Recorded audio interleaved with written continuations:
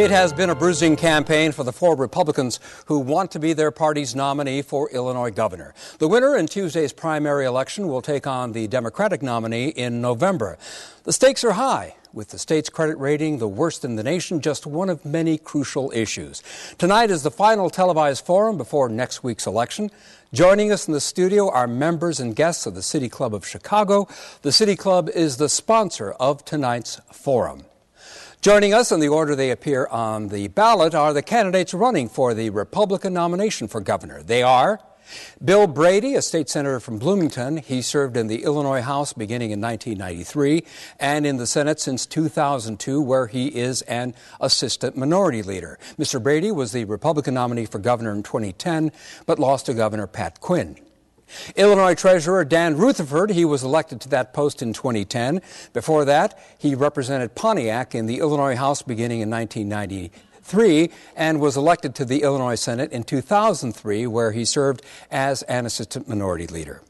Kirk Dillard, a state senator representing Hinsdale since 1994. Mr. Dillard is also an assistant minority leader. In 2010, he lost the Republican gubernatorial nomination to Mr. Brady by 193 votes. And Bruce Rauner, a self-made businessman who co-founded a Chicago-based private equity firm. And a note about our forum. This is not a formal debate. We have a limited amount of time, so we've asked the candidates to avoid making campaign speeches. They know I will interrupt them if they do. We are also streaming this program on our website, WTTW.com/Chicago Tonight, where you can also participate in a live online chat.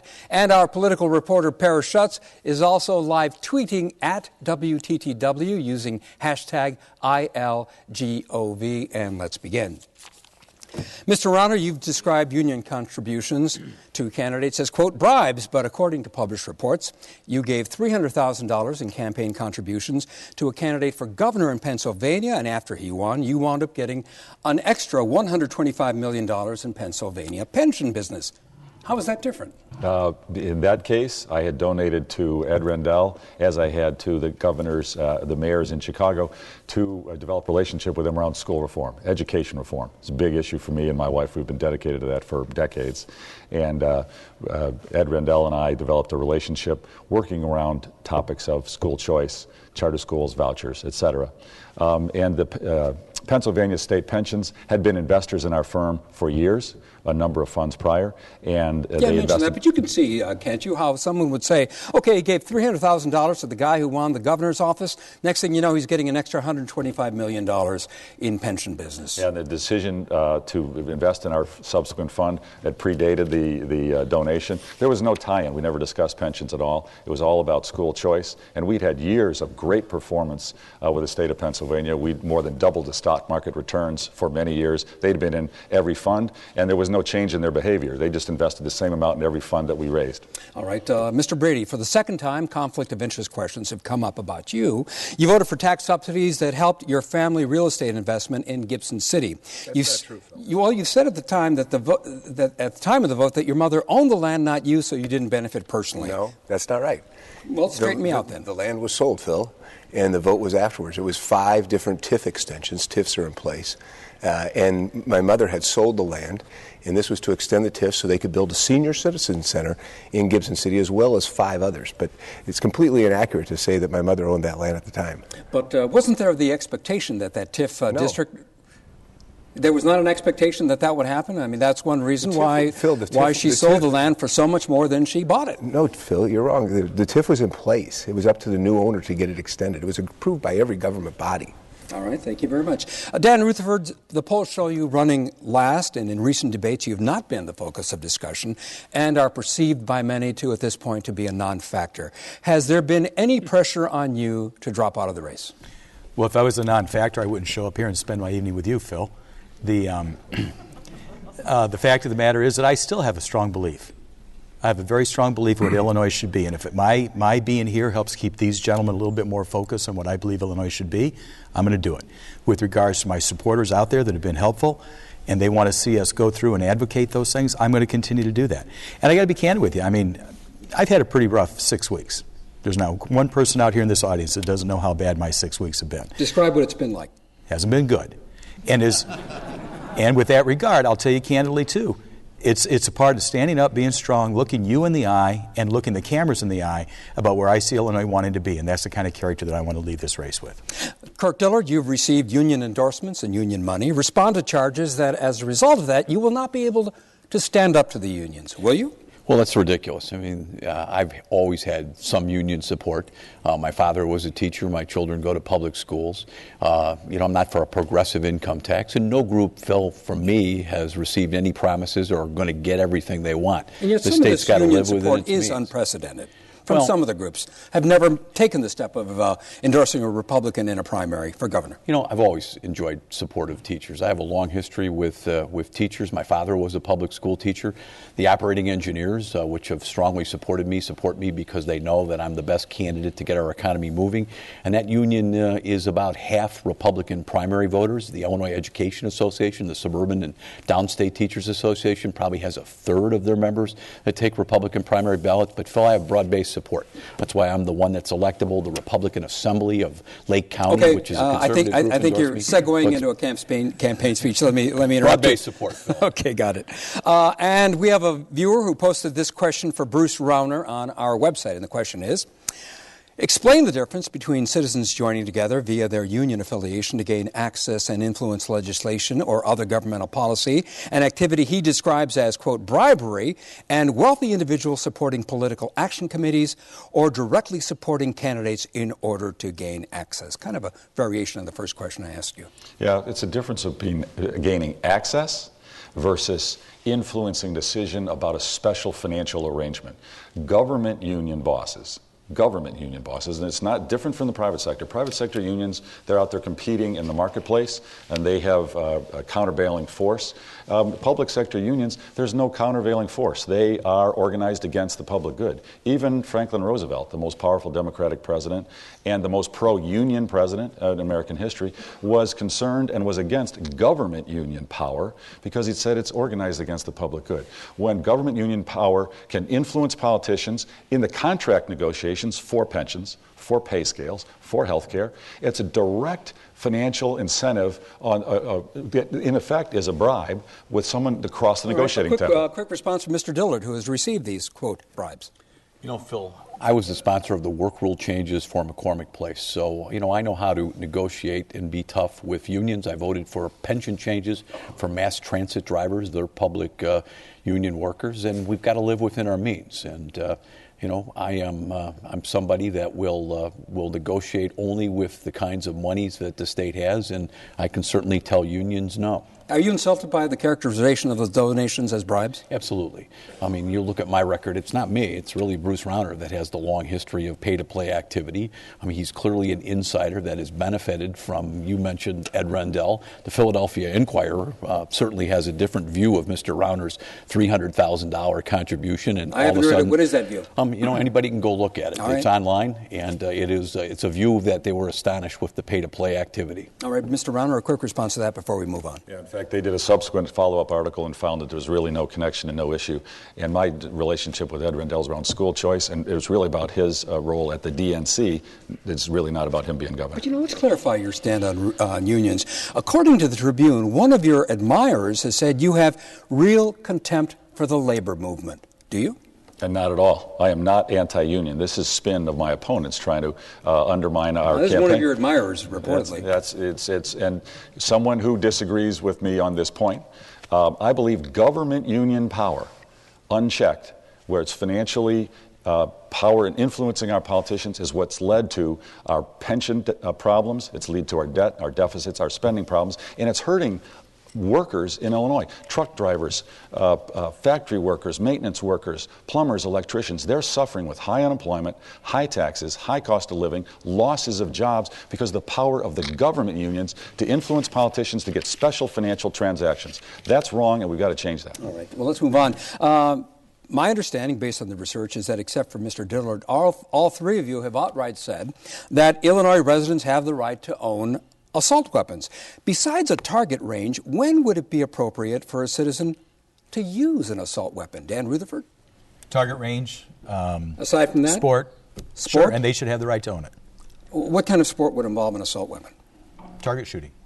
That's what I say. Aside from, can you think of any instance besides target shooting when a person would want to use an assault weapon? Actually, yeah. In my back 24 acres, I got a creek down there, and if there's a beaver that's mowing down my trees, I'll shoot him. You'll mow down the beaver? I'll mow down the beaver. Okay. That's my right as an American. Bill Brady, when is it appropriate for somebody to use an assault weapon? Phil, that's not the question. Yes, it is. No, it isn't, Yes, Phil. it is. No, it is. We've got a Second Amendment to the Constitution. In order to own any weapon in the state of Illinois, you have to have a FOID card. Which that's means, not the question. No, but that's the point. It's been established that it's legal to own one. No one disputes that. Kirk Dillard wants to take that right away. That's the difference. I think law-abiding citizens ought to have the full effect of their Second Amendment. All right. Kirk Dillard, how about it? You know, I don't want to take this second. I'm a strong supporter of the Second Amendment. I don't want to take that right away. Just because a weapon looks like an assault weapon doesn't mean it is one. All right.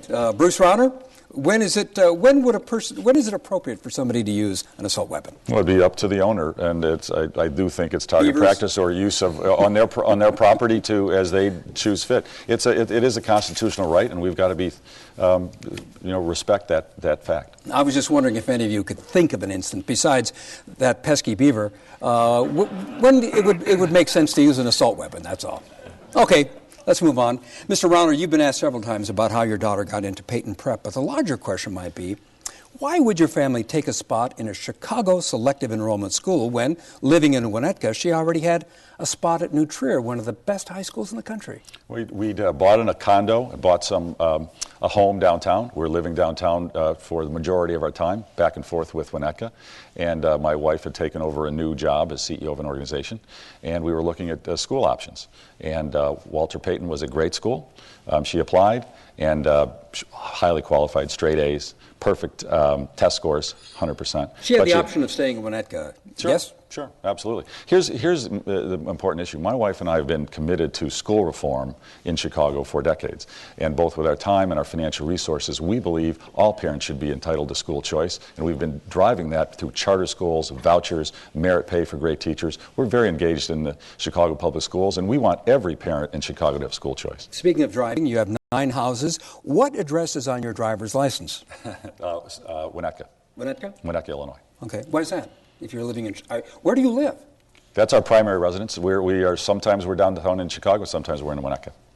Well, if your primary residence is still in Winnetka, then that raises the question about why your daughter went to school.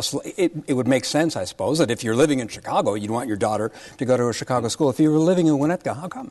Yeah. Well, we moved back to Winnetka a year and a half ago for our primary activities, and we still own our home in Chicago. We're still there a lot. Let's move on to education. Kirk Dillard, Illinois ranks 50th in terms of proportion of state money that goes to education, with a heavy reliance on property taxes. Is that a fair way to fund education? No, and the state of Illinois has not prioritized properly at all. You know, I have not voted for the Democrats' budgets for years in Springfield because they're out of balance and the priorities are wrong. And Illinois needs to get its focus on education. Senator Brady and I are members of the Senate Republican Caucus. We did a study recently that showed that $1 billion or near $1 billion out of the general state aid formula has been moved systematically out of downstate and suburban schools to the city of Chicago. And we need, with the next governor, an absolute laser focus on the way we fund schools in this state.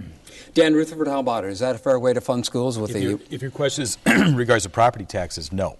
But let's go to the broader picture, because education is obviously one of the discussion at the moment, and I hope somewhere down in your papers we're also going to talk about developmental disabilities, mental illnesses, addictions, and so forth. As governor, I'm going to have to lay everything out on the table and make some hard business decisions. And as we look towards education, I see that as one of the priorities. But a little later on, we'll be talking a few more of these others, I'm relatively sure. And with regards to education, where I see the best investment we can make is in pre-K and at our community colleges, picking it up at both ends of the spectrum. Bill Brady, should local school districts pay for the retirement of their own teachers? Yes. Let me talk about education funding. Yes. You're right about property. Property taxes are far too costly and too big a portion, which is why we needed pension reform in general. I was the only one on this table that supported pension reform. It'll save $180 billion and reduce the portion of general revenue from 27% to less than 20%, so we have more money for the state money to support education, which will reduce property taxes. But I also believe that prospectively, school districts need to be responsible for the pension costs as they relate to any prospective pay increases that they give. How soon? Immediately. All right. Mr. Brady, you recently said that you're open to letting, speaking of schools, you're open to letting school officials decide whether creationism should be taught in the classrooms. What's your thinking behind that? Well, I think knowledge is power, and we ought to give people the opportunity from a literary standpoint or whatever to teach various things. Including creation. Do you believe in evolution? I believe in both creation and evolution. How about the rest of you? You believe in evolution? Yes. I believe in both. You believe in both? I believe they both can be together and subsist together. Scientists would say no. Scientists do not believe Adam and Eve rode dinosaurs to church. Well, I believe that the two do go hand in glove, although I don't think you sit there and teach creationism in the public school classroom. Dan Rutherford, do you believe in evolution? Yes, but before you go off that, it depends on how you define it. And I think these gentlemen talking about the way that they are, I don't have a conflict at all with that. Was there an Adam and Eve, and how was Adam and Eve, and what did they look like, and how did they evolve, and what did they become? That's how I look at it. All right, well, let's move on to, this is, for want of a better term, a lightning round. Please make your answers very short. What do you do for fun? I go to a lot of baseball games, love both the South and North Side, go to some St. Louis Cardinal games, lots of time with my children. Wait a minute.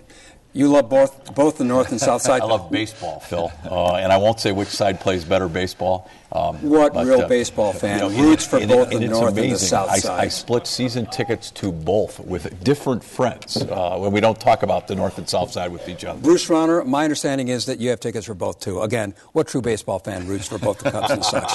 Really? Really, but my main love is hunting and fishing and riding my Harley. That's what I love to do. What do you do for fun? When I have a little time, I go scuba diving. And when I don't have a lot of time to be away at home, I like to plant trees and do wildlife habitat reforestation. Bill Brady, how about you? I love golf, and I love the outdoors. I like to hunt. All right, finish the following sentence, and again, you didn't make it quick. The biggest splurge purchase I ever made was? Boy, I bought my wife a car. What kind of car? It was a red Porsche convertible. Very nice. Biggest splurge purchase you ever made? Wow. It was 10 years old. Your wife? My home. Your home? My home was my biggest splurge. Yours? A crystal entranceway chandelier, which my wife still thinks we didn't need. Yours? Oh, my wife and I were on a trip to Italy, and I splurged for her and got a very nice Italian dress. I see. Would you make the governor's mansion your primary residence? I would. I'm looking forward to it. It's an honor to live in the governor's residence. It's the people's home. I look forward to living there. Diane and I are honored, and I want to work very closely with the legislature, get to know every legislator. So that would be your on a primary first-name residence? basis. It would. All right. How about you? Yes. You want to be the CEO of General Motors, you got to live in Detroit. You want to be the CEO of Springfield or state government, you got to live in Springfield. The answer is yes, but also it wouldn't just be the primary residence. It'd also be a place that I would use. So when you have that South Korean company that's looking to bring a solar power panel plant here to Illinois, and they're looking at Indiana, Wisconsin, and other states, I'll entertain them there at the governor's mansion for dinner. Okay. We'll use the place. Bill Brady, would you make it your primary residence? Absolutely. You got to live in Springfield if you're going to want to run the state of Illinois. Since Illinois is now a concealed carry state, would you allow visitors to bring firearms into the governor's mansion, Bruce Rauner? I would. You would? Yes. Would you? Sure. Absolutely. Yes. Okay. Let's talk about the budget. There's some whistling in the audience. I don't know what that means. Let's talk about the budget. Next year, the state is facing a budget hole of $3 billion. And here's what the Sun-Times had to say about all of you in connection with that. Quote, not one major candidate has dared to put forth a credible plan for solving the state's enormous budget problems. This is because the real solution would require unpopular measures such as tax increases or inflicting real pain, such as dramatically cutting funding to education. But nobody wants to say that. The editorial goes on to say, tell us where you would cut state spending, be specific. Mr. Dillard. Been there before, Phil. I mean, what sets me apart from these three is I was Jim Edgar's chief of staff. I've balanced budgets before. So where would you cut the state budget now? You start with, aside from growing your economy, which is where you really start getting the state back on fiscal solvency, Medicaid. Medicaid's our state's largest expenditure. We have literally hundreds of thousands of people who are on Medicaid that are probably not legally eligible to be on it, and Medicaid is where the big money is. Dan Rutherford, where would you cut? One is I consolidate the Office of State Treasurer and Comptroller. Now, that'll be a small amount, but that's something that I believe in. And then, of course, you're only going to allow us so many seconds, so to go and solve the budgetary problem, I won't have enough time to do it, but I would suggest, similar to Senator Dillard, absolutely Medicaid. And the other is in regards to our Department of Corrections, to look at alternative sentencing and what we're doing with regards to helping those that do get out of prison to keep the recidivism rate down. How about it, Bill Brady? I've already done it. Like other governors in this country, I worked to bring pension reform, protecting the interests of the people in the system, saving $180 billion, $1.3 billion the first year. I've also worked on Medicaid reform. We not only need to qualify the people, but we also need to use medical savings accounts in the area of Medicaid. And I've called for eliminating the State Board of Education to save money, but not just to save money, but to end the bureaucratic nightmare controlling local school districts from Springfield to Washington, D.C. Bruce Rauner. The issue is not necessarily how much we're spending, Phil, it's how we're spending our money. And that's the thing the politicians tend to overlook. So you think the state has enough money right now? We need to change the structure of our spending. That includes pension reform, that includes Medicaid reform, but it's also things like central management services and the government operations and the cost structure within the government. We are very inefficient. We do not use technology well. We're overstaffed. And we have 3,000 more units of government than the next state after us, Pennsylvania. We need to change the structure of spending in Illinois. It'll take us about 2 to 3 years to do it. When we do it, we can reduce the spending pretty significantly. Okay, real quick, yes or no. Keep the temporary income tax hike, yes or no? Didn't vote for it to begin with, said we should roll it back, but we need a top-to-bottom overhaul of our state's tax structure. It's archaic and it's unfair. So you're leaving the possibility open of keeping it for a while until you get other things? Want to see how big that hole is there and keep all options on the table. Dan Rutherford, keep it or... Well, and I'm going to be real candid with you, Phil. I think that's a part of the problem in today's politics. When you have someone flip out a question as impactful as the income tax increase and say, you got to tell me yes or no. That's not the way you're going to govern. The reality to it is, and I've said this, and I'm the only one up here that's been very, very candid with the public about this, I don't want it to stay.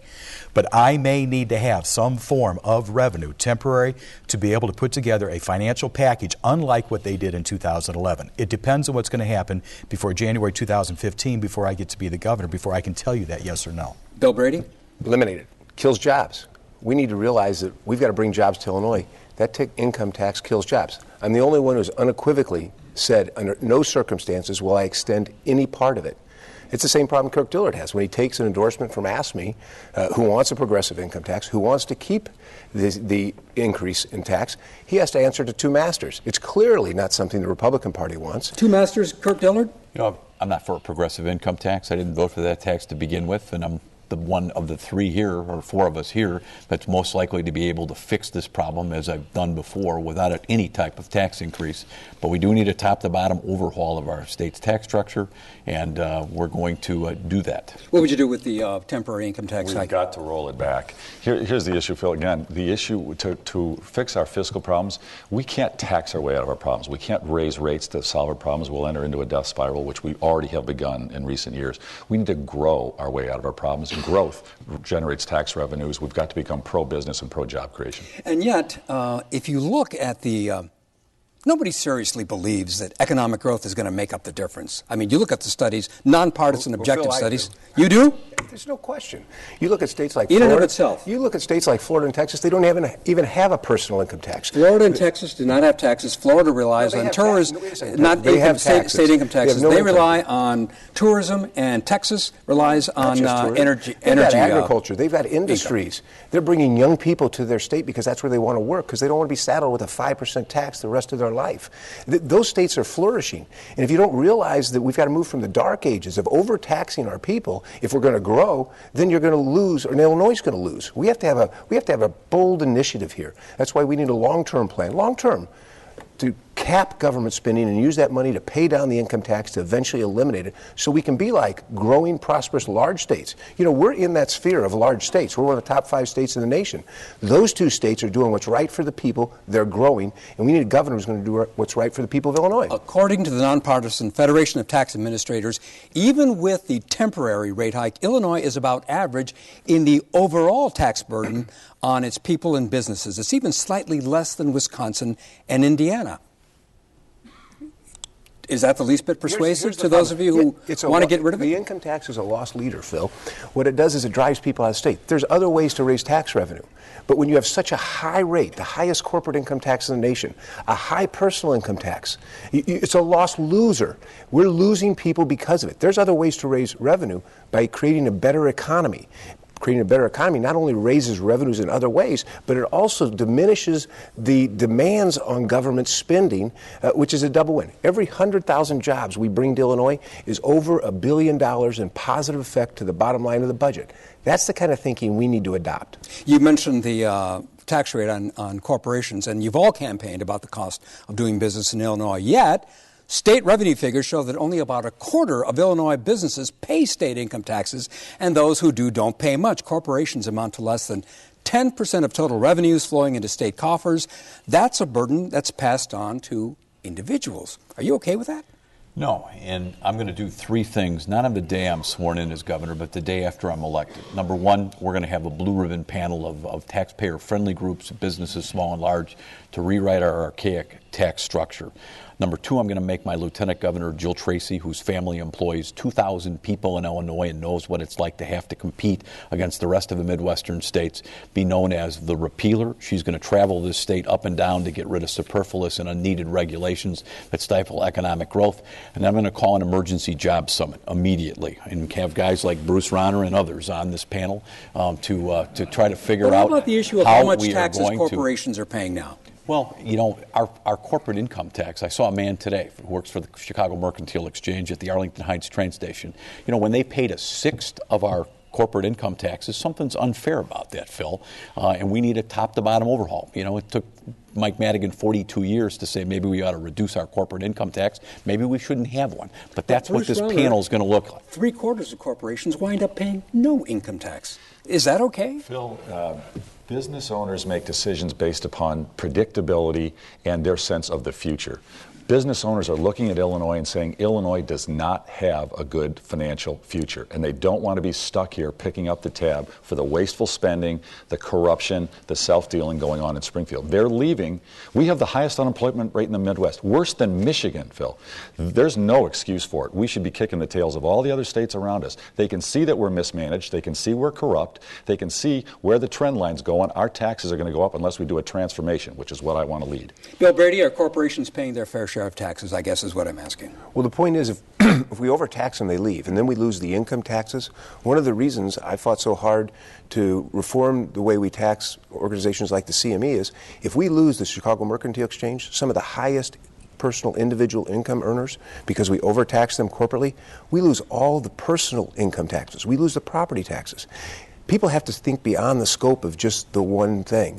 The corporate income tax is important, and there needs to be a fair share.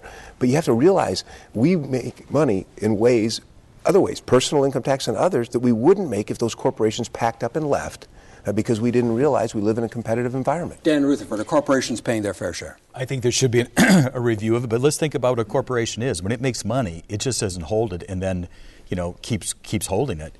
It distributes it either through through employee benefits, it distributes it through dividends. So ultimately that gets taxed. I mean, I think this whole misnomer about what corporations are paying in taxes, don't forget what they do make, it does get distributed and that does get taxed. Well, let's talk about Kirk Dillard, you alluded to this earlier, but Bruce Rauner, what one business regulation would you eliminate to make it cheaper to do business in Illinois? The one I know we need to transform day one is workers' comp. As I travel the state, we put 52,000 miles on the Ford last year. I met with hundreds of business owners of all size businesses. The number one concern, they had many concerns about the overregulation and the overtaxation, but their number one concern was workers' comp. In Illinois, it's broken and corrupt. There is no causation between an injury and whether it occurred or was caused by work. And as a result, manufacturing firms and transportation firms are leaving our state. Doug Oberhelman, the CEO of Caterpillar, endorsed Evelyn and me day one in this race for governor. He's the CEO of Caterpillar, one of the largest employers in America. He said workers' comp costs Caterpillar 5 times as much in Illinois as it does in Indiana. They're growing all their jobs out of Illinois. We've got to change that. Speaking of cost to...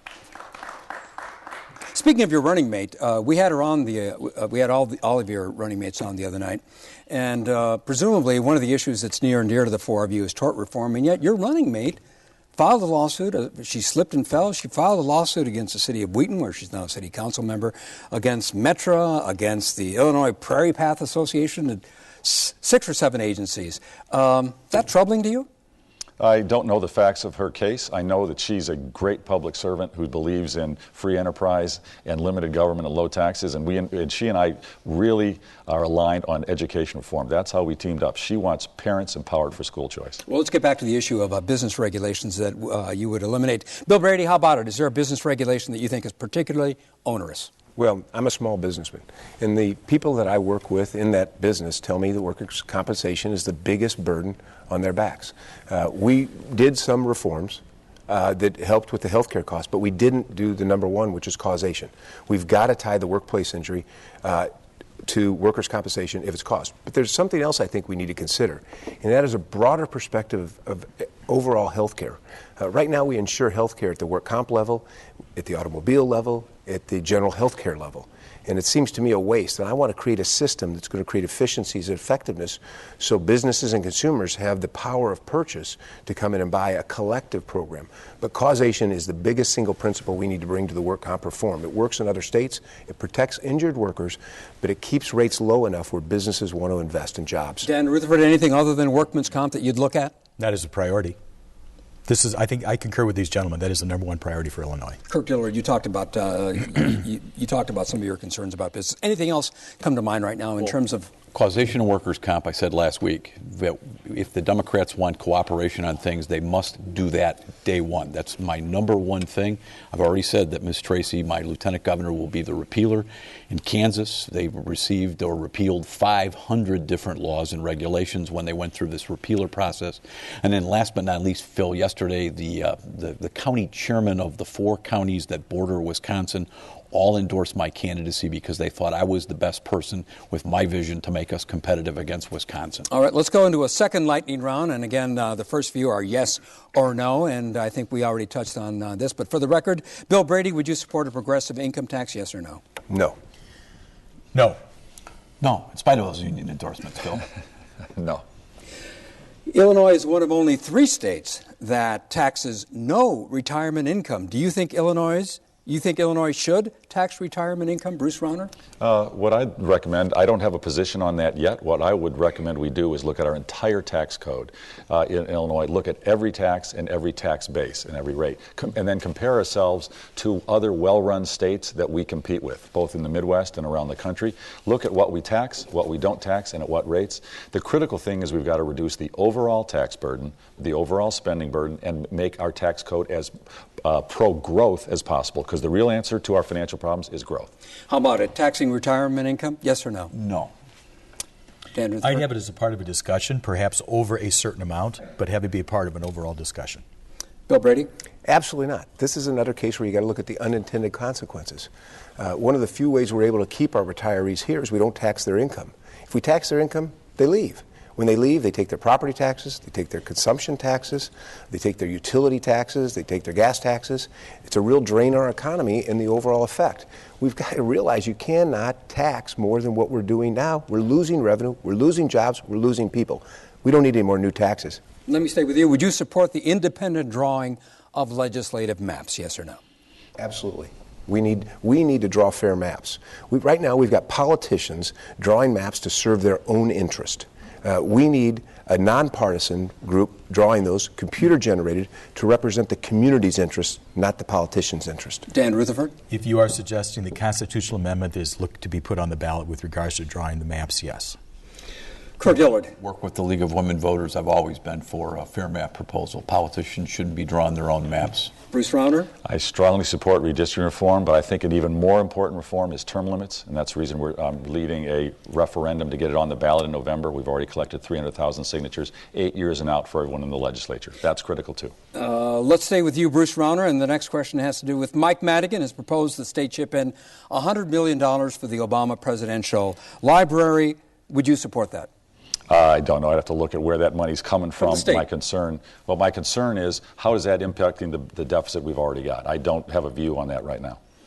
Would you support that? $100 million state money for the Obama Presidential Library? I said I haven't voted for these Democrat budgets. Our priorities are all wrong. Let's take care of the developmentally disabled. Let's rework our state's education funding. Let's keep the ball and our vision where it's supposed to be. Our priorities are all wrong, and that one would be the lowest priority I could think of. Arguably, one could say that it could be an economic engine for Chicago. If looking at it that way? Let's see how other states have funded their presidential libraries. But right now, to put that out on the table... Typically, it's private funding, and then it's turned over to the federal government, the Park District, the Park Service, I think, that why should the state of Illinois pay for it? All right. Dan Rutherford, would you support the expenditure of state funds for the Obama Library? Well, and I want to make sure that we don't get this complicated with the comment that was made earlier about education funding and mental illness and so forth. This would be under a capital project bill.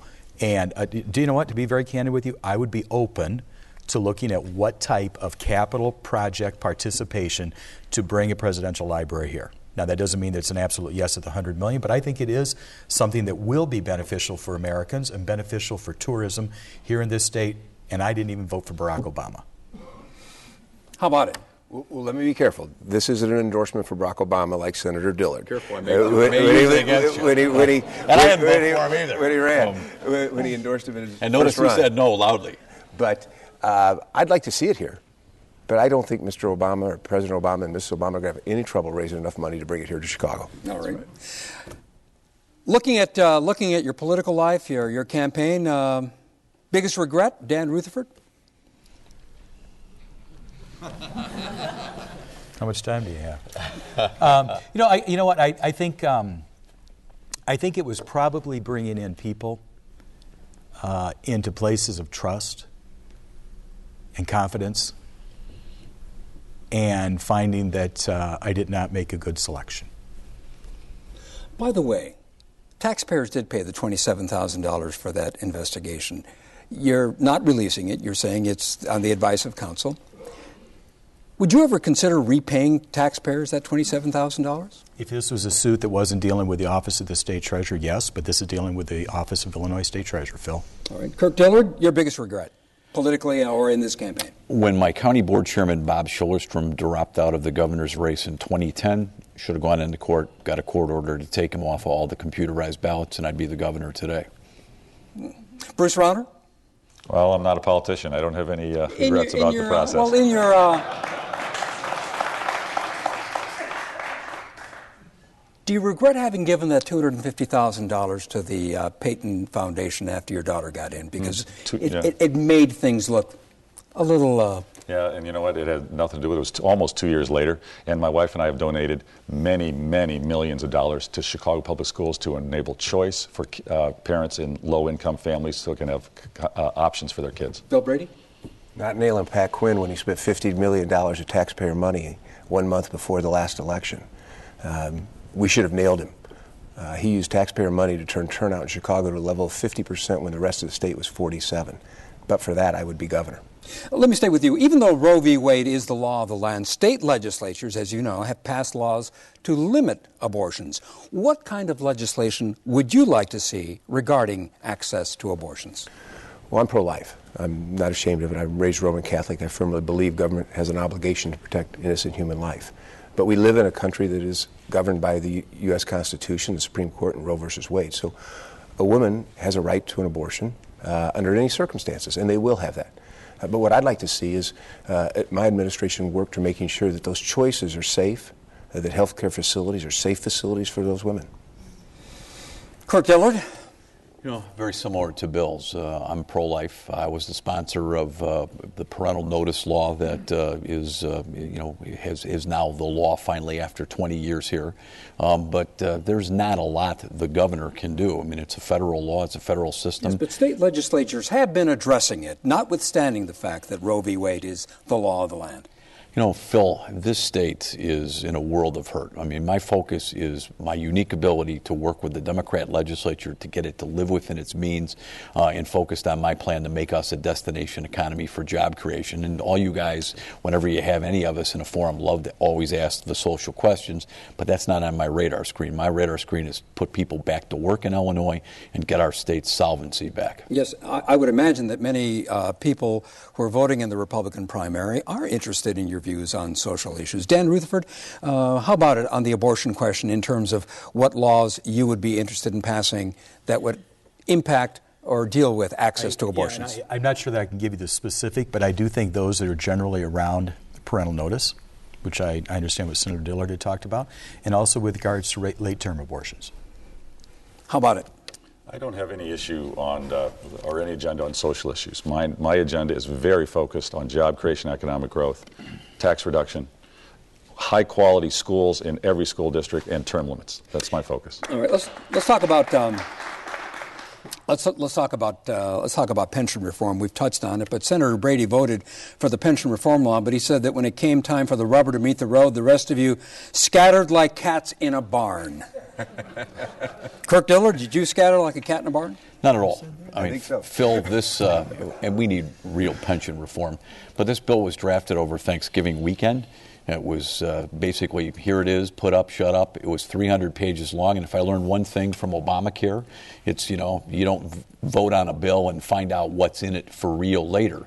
And my real problem, aside from the fact that it is of dubious constitutionality, is we handed Pat Quinn, or they did, whoever voted for this, handed Pat Quinn $1.3 billion, and the guy's going to use it to expand the government, and we should have forced him to pay down the old bills of the state with the $1.3 billion of savings, and we should have asked him, Governor, how are you going to live up to your commitment to make that 67% income tax increase, which you and John Cullerton and all your buddies in the legislature say would be temporary?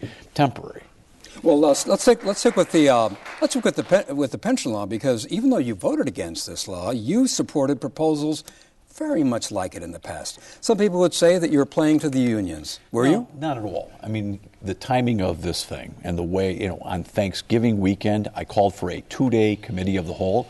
I'd like to hear why Mr. Rauner of the Illinois Policy Institute thought it wasn't large enough. And I'd like to hear from a retired teacher about what it really meant to her from Sterling, Illinois, or someplace throughout Illinois. And I wanted a couple of days well, Bruce Rauner, quick response. Why didn't you think it was big enough? It was a Band-Aid on an open wound, Phil. We need major pension reform. And to get out of our pension problems, it's going to take years. We're not going to fix it overnight. But, there's an old saying, when you find yourself stuck in a hole, stop digging. We've got to stop digging in this pension hole. We should freeze the current system, freeze it.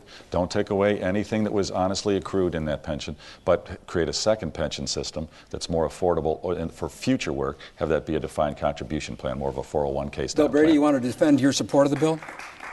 Well, absolutely. Bruce Rauner talks about pension reform, but he hasn't put a bill together. We've had legislation in front of us. Illinois is crumbling. It wasn't a Band-Aid. It was a pretty good fix. $180 billion, $1.3 billion the first year. And for Kirk Dillard to use the excuse, clearly he pandered to the unions in this case. He voted for a bill prior. If he didn't understand what was in the bill, he wasn't doing his job as a senator. But probably what troubles me the most is he chose Jill Tracy to be his running mate. She served with me on a 10-member task force that worked over the whole summer to put this proposal together, to save the taxpayers and protect the people in the pensions. And he didn't trust her judgment enough to vote for it when she voted for it. How about that, Kirk Dillard? Jill Tracy and I aren't going to agree on everything.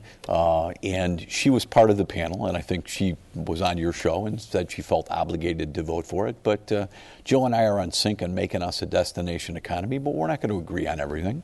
Well, let's move to a web question for Mr. Rauner, and it's from a Republican activist. The question is, Mr. Rauner wants to cut or eliminate pensions for government employees, but how much has Mr. Rauner personally made from the Illinois pension systems via management fees, etc.? Do you know? Many tens of millions of dollars.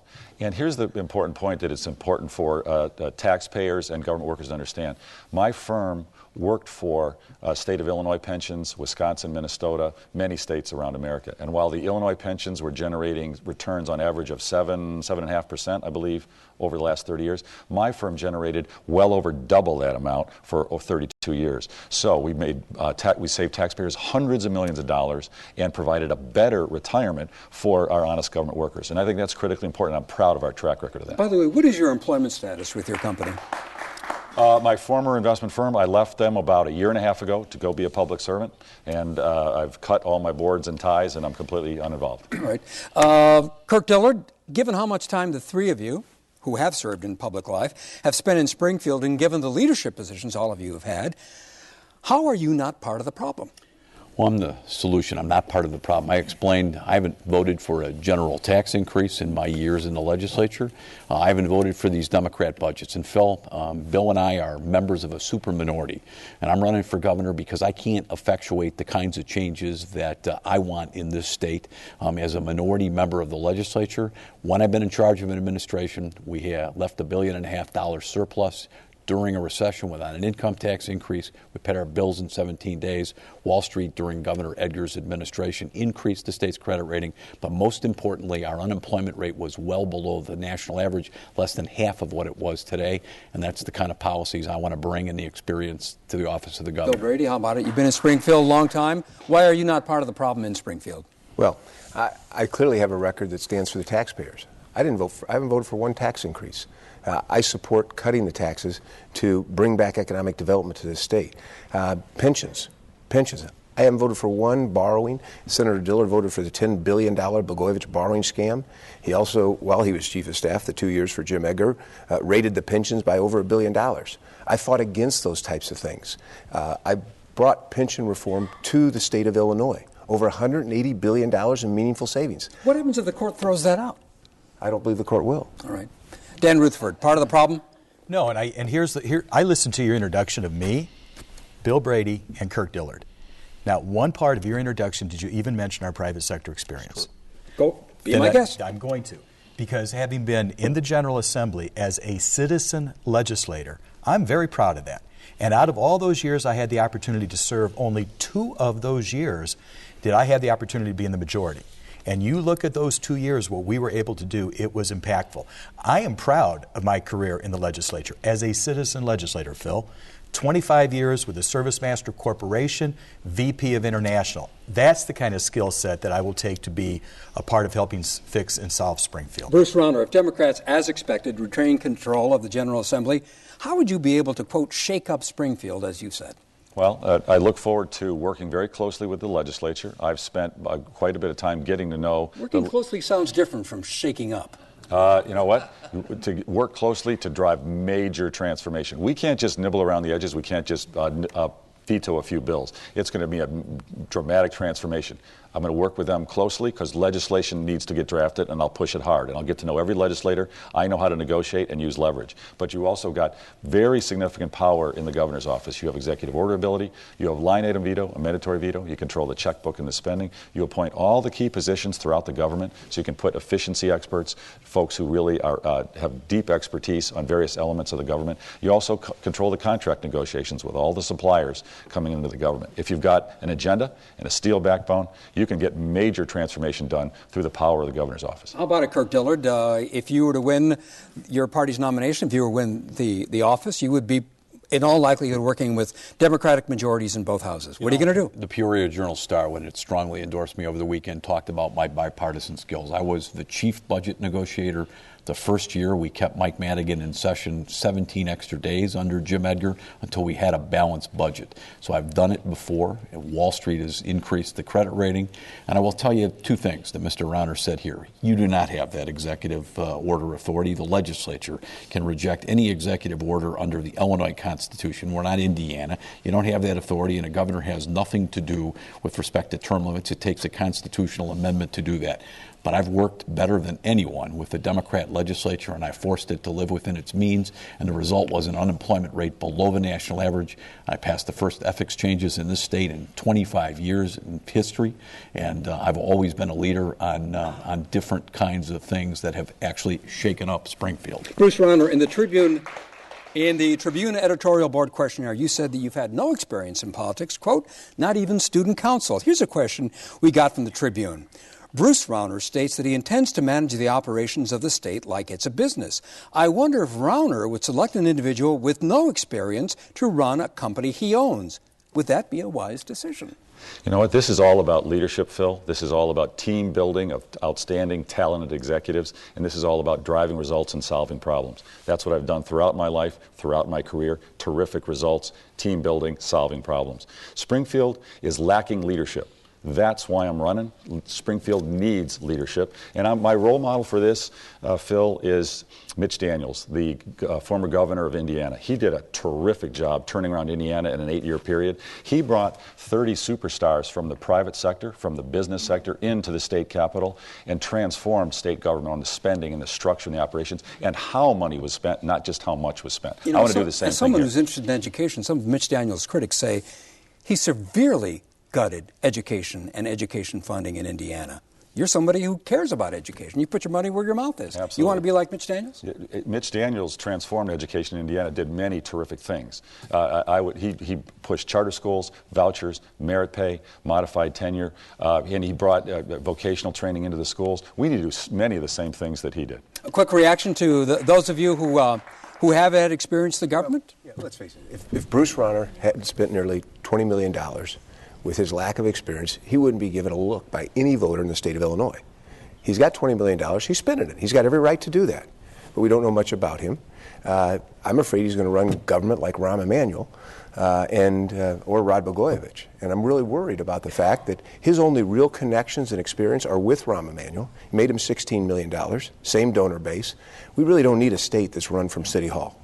How about that? There is the reports are that you were helpful to Rahm Emanuel when he segued into the private sector, that he's been to your ranch in Montana. What is your relationship with the mayor? I've known him for many years. I've worked with him when he was in the private sector a little bit, and I've worked with him on school reform while he's mayor in Chicago. The mayors in Chicago control the schools. My wife and I have dedicated much of our life and our financial resources to school reform, and I've worked with the mayors to do that.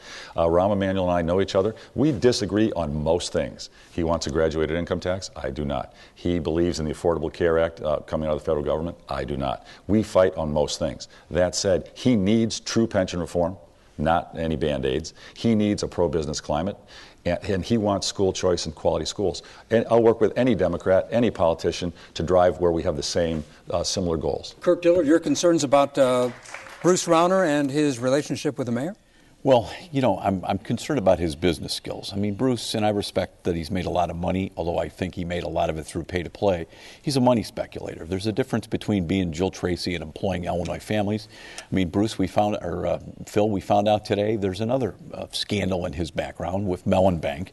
You know, we know about the scandal with Lassen Industries in Michigan, 8,000 people unemployed, the CEO and 2 others in prison, and a University of Detroit law professor who said if it wasn't for WorldCom or Enron, it would be the largest accounting scandal in U.S. history. Quick response to that. And there's more. He's got more business friends, Phil, in federal penitentiary than we have governors there, and that ought to be a red flag.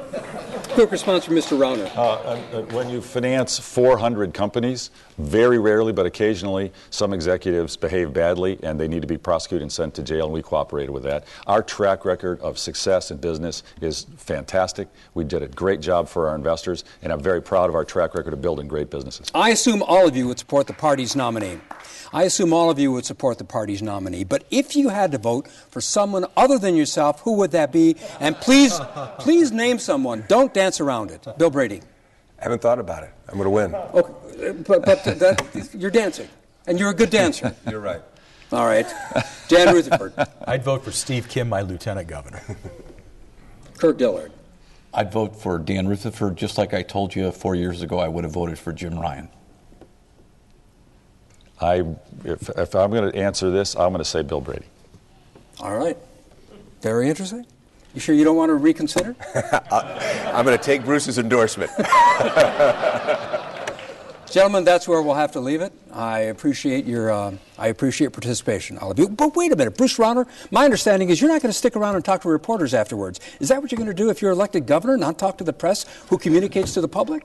We've spent a lot of time talking with the press throughout the campaign, and we continue to do so. All right, that's where I have to leave it. Our thanks to Bill Brady, Dan Rutherford, Kirk Dillard, and Bruce Rauner. And thanks also to the City Club of Chicago for its generous support of this program, and a special thanks to the City Club members who joined us in our studio audience this evening. You can visit our website to see behind-the-scenes photos and watch videos of the post-forum news conference later tonight, the one Mr. Rauner will not be at. There you can also find career timelines for all the candidates and more information about the 2014 March primary elections. Now, for all of us here at Chicago Tonight, I'm Phil Ponce, and I thank you for watching. Good night.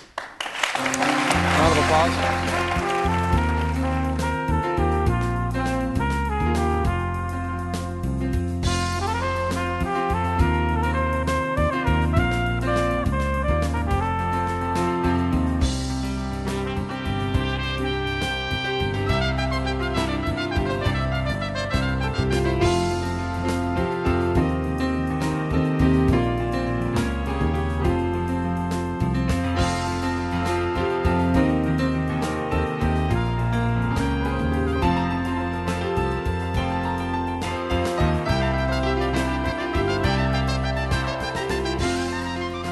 Coverage of news and public affairs on Chicago Tonight is made possible in part by the City Club of Chicago, Chicago's nonpartisan civic organization dedicated to enhancing the discussion of public policy. Smart people may disagree about what makes a great city. But part of what makes Chicago great is that we don't have to agree. To run a city like ours, a lot of issues come up. The City Club of Chicago is a place to debate those issues and hear from the men and women who shape the policies, lead the industries, and tell the stories that define our city. For 110 years, we've been Illinois' premier public affairs forum. We're a meeting place where everyone has a voice and an opportunity to connect.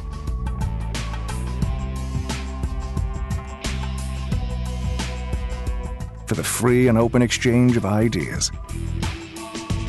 The City Club of Chicago. Closed captioning on WTTW is made possible by Clifford Law Offices, proudly celebrating 20 years of the Robert Clifford Symposium on Tort Law and Social Policy at DePaul University College of Law.